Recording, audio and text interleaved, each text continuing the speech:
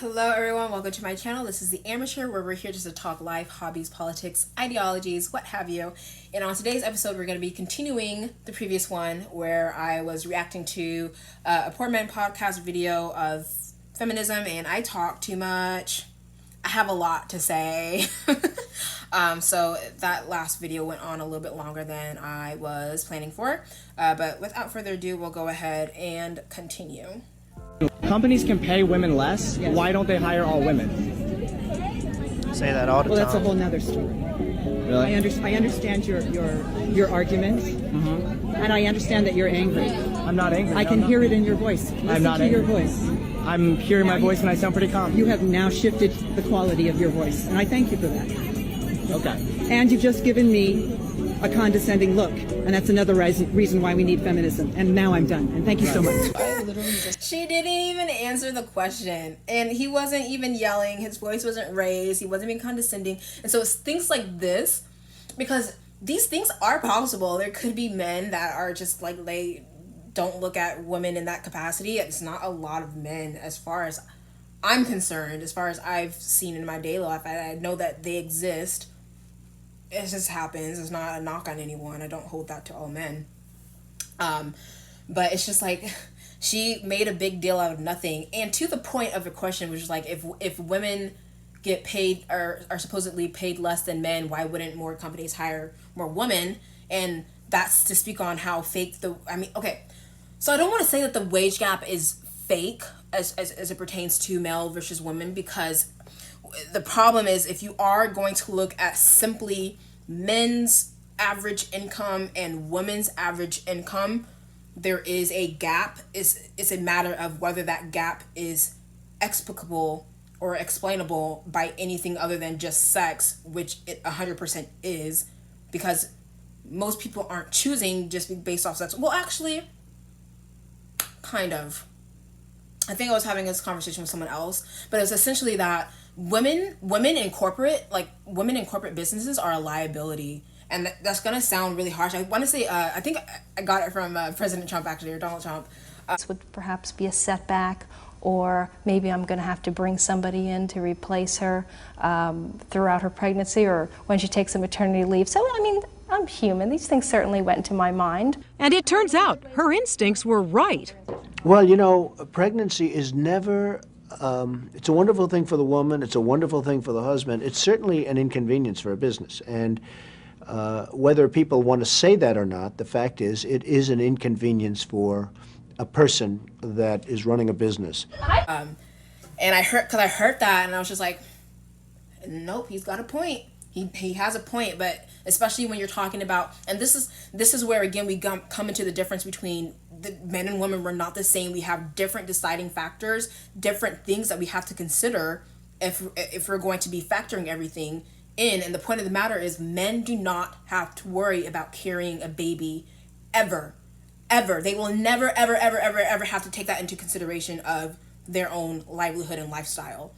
Companies have to take that into consideration if they're not financially sound and built to support women who aren't working because they are pregnant or will be having a baby, will be on maternity leave, because it's costly to pay someone who's not working. We have to understand that. You have to be reasonable to the business owner. Not all businesses are cut or able to financially support someone who's not actively working for them, that's building back their revenue.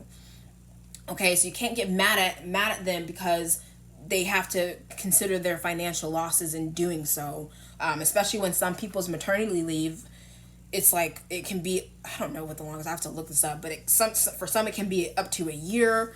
I want to say like the minimum is like 6 months or something. Like it's quite a chunk of time of when, again, a company is going to have to pay a woman to not work. Essentially what it is. It really is a liability, which, I mean, it sucks to say it like that, but it's the truth. I don't take it personally. The point of the matter, though, is that these things come into consideration, and it's not a fault of woman if that's something that they consider because they want to be a mother, they want to take care of their child, and so they make the decision of family over career because that's something that they have to do. Unlike men, like men don't necessarily have to do that because again, they're not the ones that are carrying a child, and so they can continue to be that income provider, that income source for the family, which is like, it's not, I mean, it was structured that way a while ago for a reason, and it wasn't necessarily anything inherently wrong with that. Just some women, their egos and their biases, I guess, took a hold of them, that they just had to be just like men. The point of the matter, though, again, is that okay, those are like the things that people consider, and that's going to affect career choices. The things that you do is, I think, is a lot easier for some parents to be teachers, and teachers just don't get paid as much as CEOs, and there's a debate of whether that needs to be the case or not. As far as I'm seeing in the education system, it's reasonable. I know all teachers are bad teachers, but the point of the matter, though, is that, again, that's going to influence one, just their desires in general, and then it's going to influence the types of jobs that they do, as well as if a woman wants to sacrifice family, as far as she's not going to have kids just so that she can have that higher paying job and work or whatever, like, that's her prerogative, that's her, if she wants to do that, she can do that. That, again, that's a takeaway, that's a conscious decision that she has to consider if she's not trying to have that family and that child, because, again, some of those things are playing to one another. It's the relative importance of career and motherhood in the typical woman's life. I'm 55, and I've been working with men and women my entire life, and I've watched this, and it's quite obvious. It's like at 19, it's all career. By 30, that's just not the case. I don't know if I've seen a single woman who I didn't think had a psychological problem, who hadn't seriously flipped in their attitude towards the balance of family and career by the time they were 30. And then you see lots of women who at 40 haven't had kids and perhaps wanted to, and that's not a pleasant situation. And it was like she woke up in her late 30s and thought, well, the first thing she thought was, this profession of mine is actually nowhere near as comprehensively fulfilling as the advertisements claimed.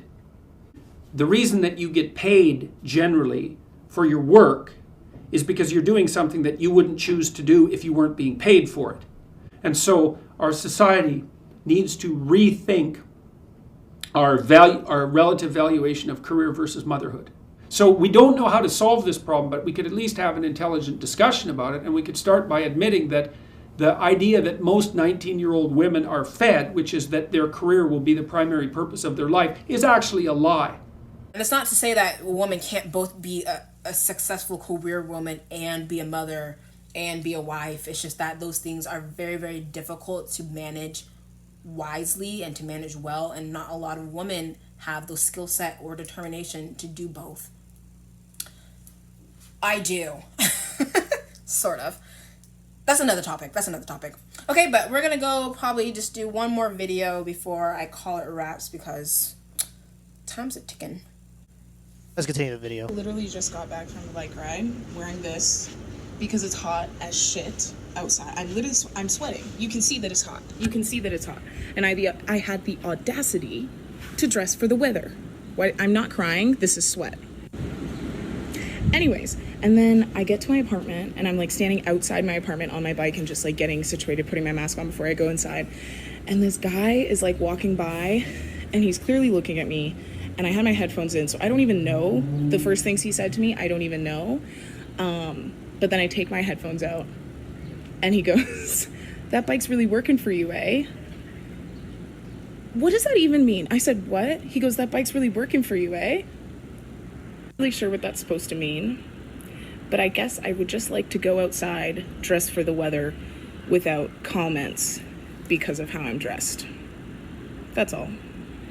Ma'am, oh my gosh, can you tell that she was fishing for compliments? First of all, what that statement means, that bike is really working for you, eh? That means, girl, your body looks good. That's what that means. It's like it's working. You look fit, you look good, you look fantastic. Secondly, and this is not a judgment or call out for her, it's just like, you literally went outside in your underwear. People are gonna stare, people are gonna look. And clearly this man found you somewhat attractive. And it's like, I don't think, I mean, I'm not her, I'm not in her position, I'm not going to invalidate her lived experience. But it's just like one of those things, like she obviously, like something like that wasn't, I don't know, I don't think it was a newsworthy or post-worthy to make like a whole TikTok video on it, on the experience that she had of a man hitting on her, or at least recognizing that, or letting her know that he found her attractive. But it's like you showed off to the camera with what you were wearing, even though you were uncomfortable with the man who wasn't behind the camera. You know what I'm saying? Like, stuff like that just doesn't make sense to me.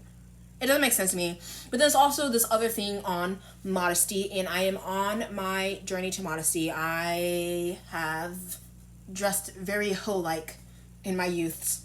That's gonna be another video. It's kind of embarrassing.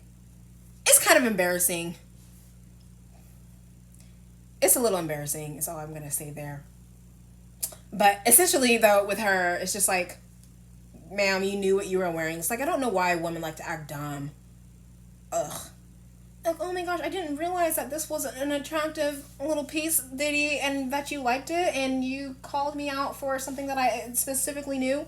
And, like, you can argue again, it's like, if you're gonna wear workout clothes, you're just doing it to work out, not necessarily to be stared at, but it's like, also, we live in a society, people have eyes, you gotta understand, like, even me with my shoulders showing, like, I don't know, I don't know. I definitely wouldn't have been able to wear this in school. Listen, I said I'm working on my road to modesty, but it's like, it's like, people are gonna be attracted to things, and, like, I don't know, like, these are the same women that will get mad 5 years down the line when no one's hitting on them, and no one thinks that they're beautiful, because they've also showed everyone to stop looking and stop commenting and stop sharing your opinion and stop interacting with me ever, or else I'm gonna think that you're a bigoted, misogynistic, rude jerk. So it's just like, what are you gonna do? What are you gonna do? I don't know. Those are just my thoughts on that, though. I'm just an amateur. Didn't mean to come for her life, though. I don't think I was being judgy. It's like, again, it's like, wear what you want, but also understand that people aren't gonna always have the same opinion as you do, you know? Again, just my thoughts. I'm an amateur. Don't come for me unless I send for you. But thanks for watching. Thanks for listening. Make sure you like, comment, share, subscribe, and I will catch you in the next video, which will be a continuation of this. Peace.